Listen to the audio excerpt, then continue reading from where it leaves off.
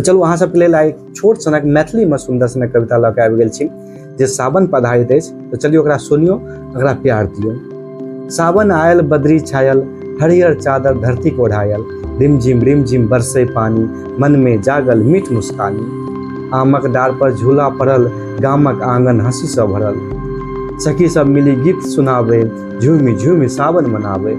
हरियर खेत हरियर बाट, मेघ बरसे दिन और रात, पोखरी भरल नदी मुस्कायल, माटी सोंधी सुगंधी फैलायल।